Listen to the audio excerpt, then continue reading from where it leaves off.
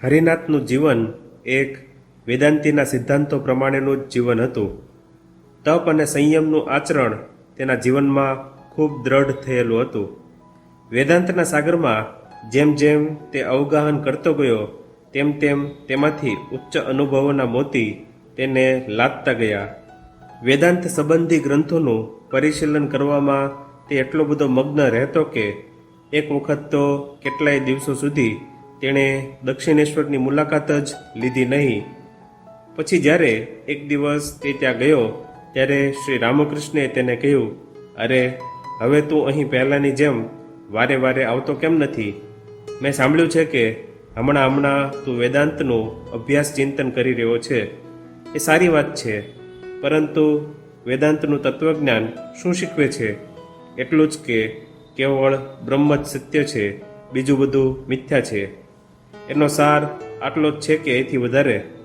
તો પછી મિથ્યા વસ્તુને છોડીને તું સત્ય વસ્તુને શા માટે ગ્રહણ કરતો નથી? આ શબ્દોથી હરિનાથને વેદાંત તરફ જોવાની નવી દ્રષ્ટિ મળી.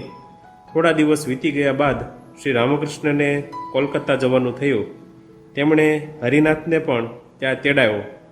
જેને ત્યાં શ્રી રામકૃષ્ણ પધાર્યા હતા ત્યાં તે પહોંચ્યા ત્યારે હરિનાથે જોયું કે તેઓ અર્ધભાવ અવસ્થામાં છે.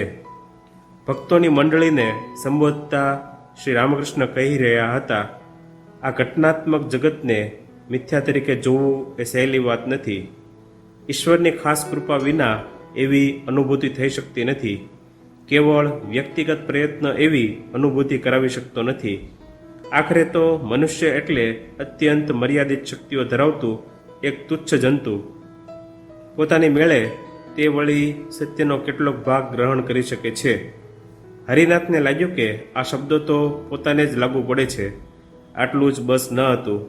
પ્રભુની અપાર કરુણાનું ભાન કરાવતું એક ભજન પણ શ્રી રામકૃષ્ણે ગાવા માંડ્યું.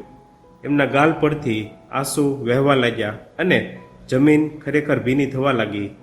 આ બધું જોઈને હરિનાથ પણ ગળગળો થઈ ગયો. તેને પણ રડવું આવ્યું.